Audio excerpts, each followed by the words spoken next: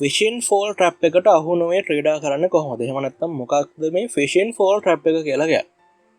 අද SHSR YouTube channel අපි කතා කරන මේ ට්‍රප් එකට ඔයා බොහෝ තරඟවලදී මුහුණ දීලා ඇති. හැබැයි ඔයාත් දන්නේ නැතිද මේකට කියන්නේ ෆිෂන් ෆෝල් ට්‍රප් එක කියලා. මේකේ නම ෆිෂන් ෆෝල් ට්‍රප් එක කියලා. අපි බලමු මොකද්ද මේ ට්‍රප් එක, කොහොමද මේකට අහු නොවී ක්‍රීඩා කරන්න කියලා. වැදගත්ම දේවල් මේ වීඩියෝ එකෙන් ඉගෙන ගන්න ඕන. මේ ට්‍රප් එකට අහු නොවී ක්‍රීඩා කරන්න කොහොමද කියලා.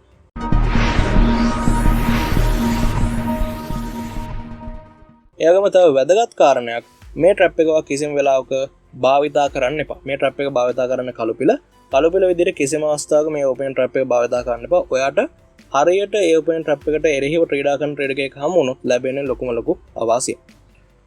ඔන්න අපි ට්‍රැප් එකට යන්න හදන්නේ. මේකට අපි ගමන් කරනවා රයිලෝපේස් ආරම්භක ක්‍රමයේ ටබිය පොසිෂන් එකට. මෙතනදී බර්ලින් ඩිෆෙන්ස් එකේ නයිට් F6 අධිම තමයි ක්‍රීඩා කරන්නේ. කළුපිල ඊට පස්සේ අපි සුපුරුදු පරිදි කාසර් කරනවා.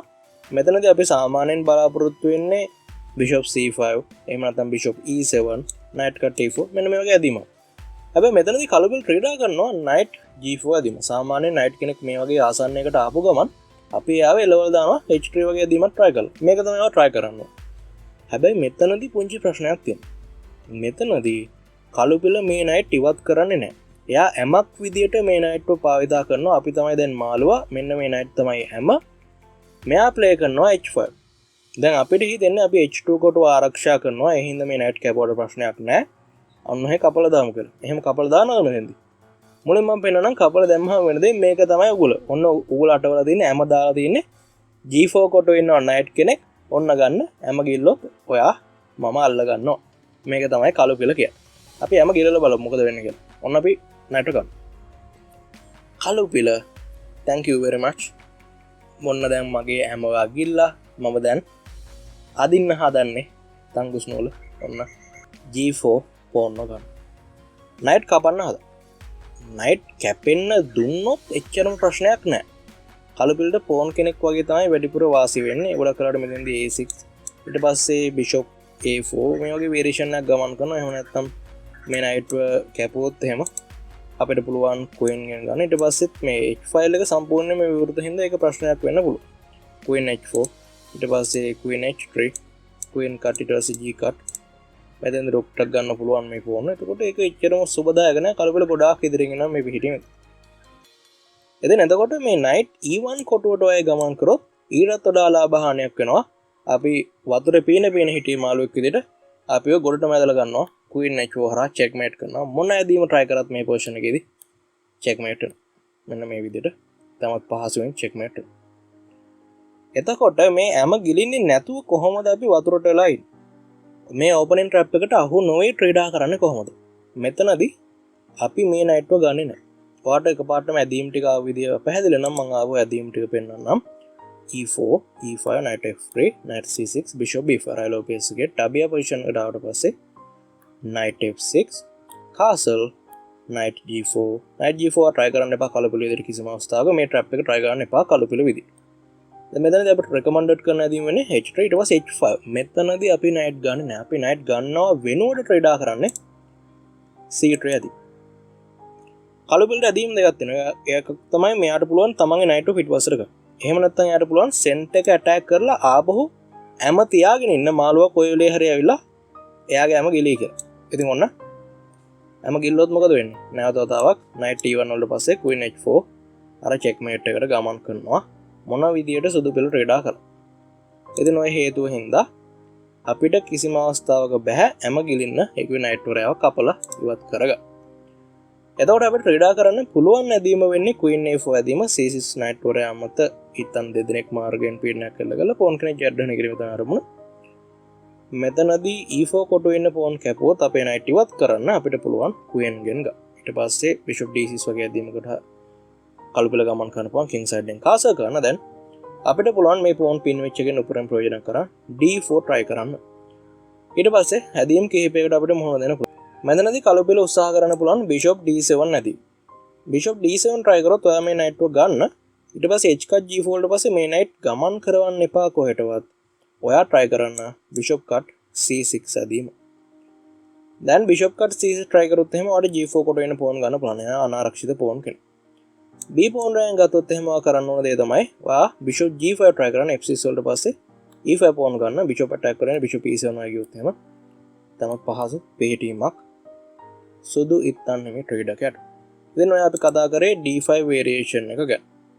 මෙතනදී bishop d7 try නොකර d4 ඊට පස්සේ queen a4 මේ variation එකේදී bishop d7 try නොකර මෙතනදී knight f6 try කරොත් මොකද වෙන්නේ?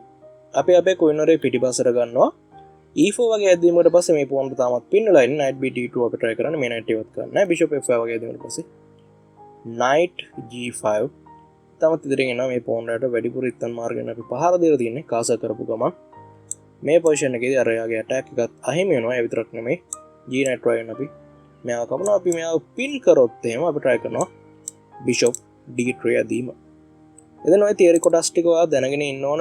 ෆිෂන් ෆෝල් ට්‍රැප් එකට අහු නොවේ සාර්ථක ක්‍රීඩා කරන්න. ඊට අමතරව මෙතනදී knight f6 try කරොත් අපිට පුළුවන් try කරන්න d4 ඇදී. ඊට පස්සේ a6 try කරලා අපේ bishop attack කරොත් bishop අරගෙන ඉන්න c4 කොටුවට. දැන් මෙතනදී b5 try කරොත් එහෙම ඔයාගේ bishop දාන්න ඕන b3 කොටුව. එහෙම නැත්නම් d5 කොටුවට දාන්නත් පුළුවන්. කොහමරි knight කට e4 try කරලා pawn කෙනෙක් ජයග්‍රහණය කරොත් ඔයා d5 උත්සාහ කරන සුදු පිළ c6 අයින් කරන knight අයින් කරන. මෙතෙන් අපි bishop attack කරොත් අපි bishop අරගෙන යනවා d3 කොටුවට. ඉතින් මේ පිහිටියම ඔයාලට විශ්ලේෂණය කරලා බලන්න පුළුවන්. ගොඩක් ඉදිරියෙන් ඉන්නවා සුදු ඉත්තන් එහෙම ට්‍රේඩ් එක. ඒකට හේතුව තමයි සෙන්ටර් එකේ වැඩිපුර පාලනයක් තියෙන එක. මෙතනදී අදිසියවත් අපේ knight ගෙන් එයාගේ knight ගෙන් අපි pawn කැපුවොත් අපිට පුළුවන් knight g6 හරහා ඉති විශාල තරගයක් ජයග්‍රහණය කරන්න. ඒකට හේතුව තමයි මෙතනදී knight කැපුවොත් අපිට පුළුවන් bishop ගෙන් කපලා අති විශාල තරගයක් ලබා ගන්න සුදු ඉත්තන් නෙමෙයි ට්‍රේඩ් එක විදිහට මෙතෙන්ද rook e1 try කරන්න පුළුවන්. bishop ගෙන් check එක වැහුවොත් අපි queen cut d4 අති විශාල ගේම් එකක් ලබා ගන්න. එතෙන් fission fall trap එකට එරෙහිව ක්‍රීඩා කරන්නේ කොහොමද කියලා අපි ඔන්න සරලව සාකච්ඡා කරා. මෙතනදී knight ගන්න එපා. fission fall trap එක කියලා කියන්නේ මොකද්ද කියලා මම ආපහු පෙන්නන්නම්. මේ පොසිෂන් එකේදී knight f6 දැන් කාසර් කරාම knight g4 try කරන්න එපා ගලපළු විදිහට. h3 වලට පස්සේ h5 මෙතනදී මේ knight ගන්න එපා. try කරන්න c3 ඇදී. c3 try කරාට පස්සේ knight f6 එක ඇදීමක්. ඊට පස්සේ අපි සාකච්ඡා කරා තියරි කොටස් ටික d4 ඇදීමට පස්සේ නේ. ඒ වගේම තමයි තව එක ඇදීමක් d5 ඇදීම. මෙතනදී queen a4 තමයි උත්සාහ කරන්න ඕන. ඊට පස්සේ එන තියරි කොටස් ටික අපි ඔක්කොම සාකච්ඡා කරා. a6 වගේ ඇදීමක් આવුත් එහෙම b pawn rank ගන්නවා. ඊට පස්සේ check එකක් කරලා කරනවා bishop d7 ආවට පස්සේ අපිට පුළුවන් d5 pawn ගන්න.